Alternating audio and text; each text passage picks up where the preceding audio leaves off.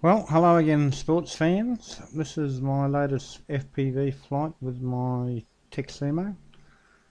I'm still testing my new Quantum Overlord video receiver. It's the one with the array of 6 patch antennas, or 5 patch antennas and a cloverleaf.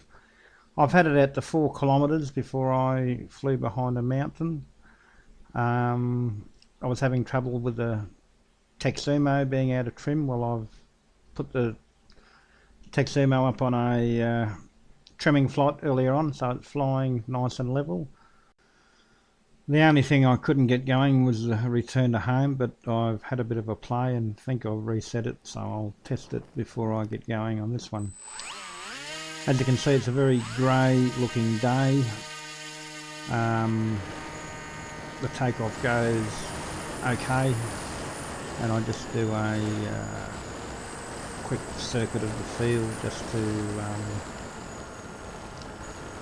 test that the stabiliser's working and try out the return to home, which as I said, I think I've managed to reset. So I just get it heading in the general direction of home and flick the switch, and she snaps over quite well, but unfortunately she's heading due north, which isn't where home is, so that's not working. Anyway, I decided to go without it. Because it's so dull and the video image is so dark, I decided I'm not going to really try for a distance record here, and I set my sights on that low band of cloud up near the top of Mount Tennant. I think I'll go and have a look at that. So I'm thinking it's probably about 2 kilometres away. It turns out to be a lot higher than I thought though. It's at over 500 metres. But it looks nice and fluffy and light, and the wind doesn't seem to be too bad around it, so I'll just head towards it. It's a lot closer to the ridge than I thought it was, and I'm a little bit concerned that if I get too close I might fly into the side of the ridge. So I decided to do a couple of straight passes parallel to the ridge just to see if I can get a better idea on exactly how close it is. So the video's been quite good up until now. I've had to make some minor adjustments that when it goes fuzzy, just a slight rotation of the Overlord seems to fix it. I have noticed though, the further out I've got, the more sensitive it is to the angle of the patches, the vertical angle of the patches. I've had to adjust those a couple of times, but it's not really a fair test given the nature of the day and the fact that I'm flying next to clouds, but we will see how we go.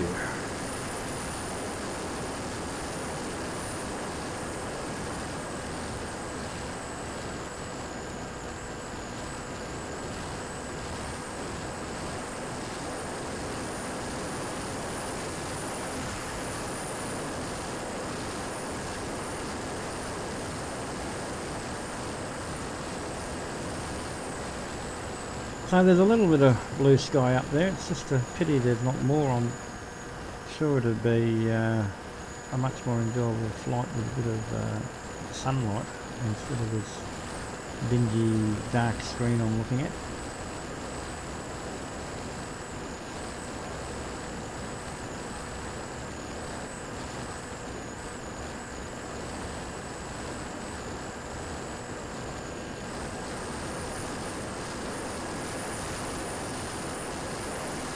So eventually I decide to bite the bullet and take it through the cloud towards the mountain and just pay careful attention to whatever comes up on the screen.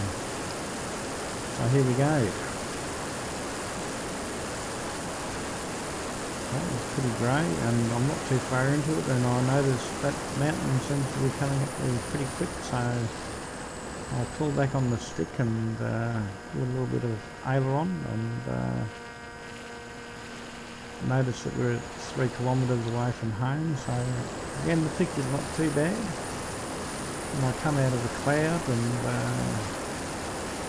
I think, good duty, I've survived. I'm heading away from home and then I fly into another patch of cloud. And I'm not quite sure where home is anymore, so I'm using the direction arrow on the screen and sort of wishing I'd actually fixed that return to home before I took off, but that's the story of my life. Regrets, I've had a few, as Frank was to say. So yeah, I'll find some more cloud, and as I said, I'm just using the direction arrow to try and maintain a course towards home. I'm pretty sure I'm not heading into the mountain, but I'm pretty sure. And when it does eventually clear, I'm pretty happy about it. It looks like we're just starting to come out of it now. Right above it, and just swoop to the top of it.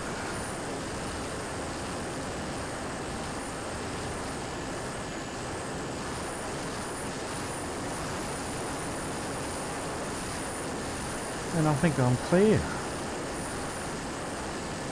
And I decide I think I'll stay clear and just head off home then. So normally I'd put it in return to home at this point, but I've got to fly it back this time, so no rest for the wicked, as they say.